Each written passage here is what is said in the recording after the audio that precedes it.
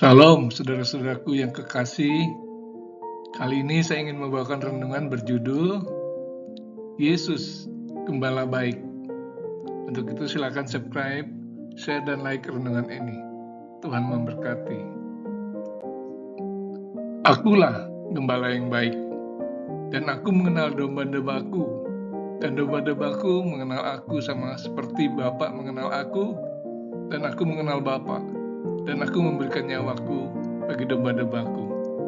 Yohanes 10 ayat 14-15. Daud menggubah mazmur yang sangat indah tentang hubungan antara Tuhan dan umatnya. Hubungan itu digambarkannya seperti hubungan antara gembala dengan domba. Itulah Mazmur 23 yang telah meneguhkan banyak orang yang bimbang, menghibur mereka yang mengalami kesedihan, menguatkan mereka yang ketakutan, dan memberi harapan pada mereka yang putus asa.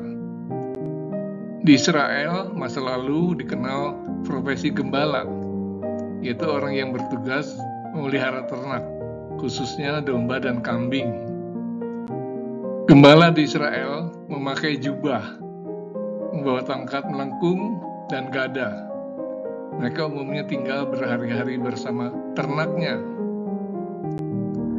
Pagi-pagi sekali mereka membuka kandang, menuntun dombanya ke padang rumput dan air agar bisa makan minum dengan puas. Gembala juga berkewajiban melindungi ternaknya dari ancaman pencuri dan binatang buas seperti singa, beruang, dan serigala. Gada digunakan untuk mengatasi bahaya dan tongkat untuk menarik domba yang berjalan menyimpang. Gembala harus tahu jumlah ternaknya. Kalau ada yang hilang, dia harus mencarinya. Sore hari, gembala menuntun dombanya kembali ke kandangnya. Daud pernah menjadi gembala. Dia berkata kepada Saul, "Hambamu ini biasa mengembalakan kambing domba ayahnya. Apabila datang singa atau beruang yang menerkam seekor domba dari kawanannya, maka aku mengejarnya, menghajarnya, dan melepaskan domba itu dari mulutnya. Kemudian apabila ia berdiri menyerang aku, maka aku menangkap janggutnya, lalu menghajarnya dan membunuhnya."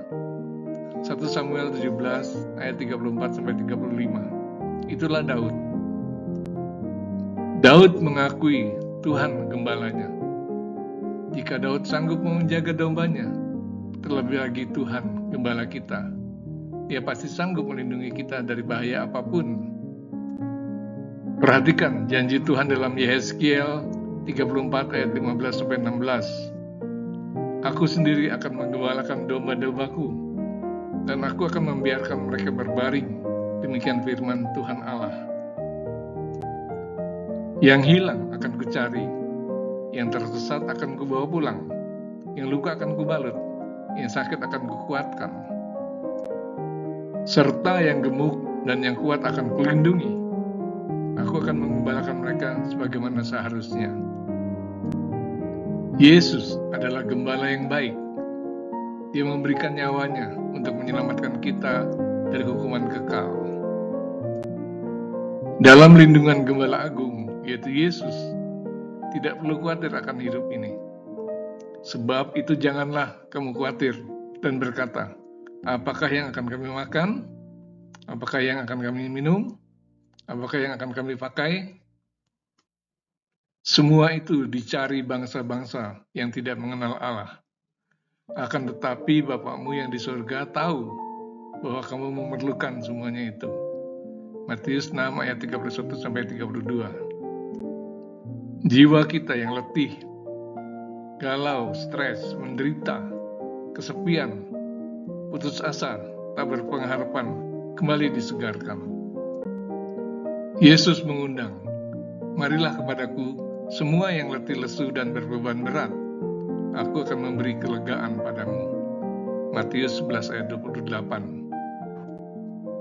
Domba yang sesat dicarinya, karena Anak Manusia datang untuk menyelamatkan yang hilang.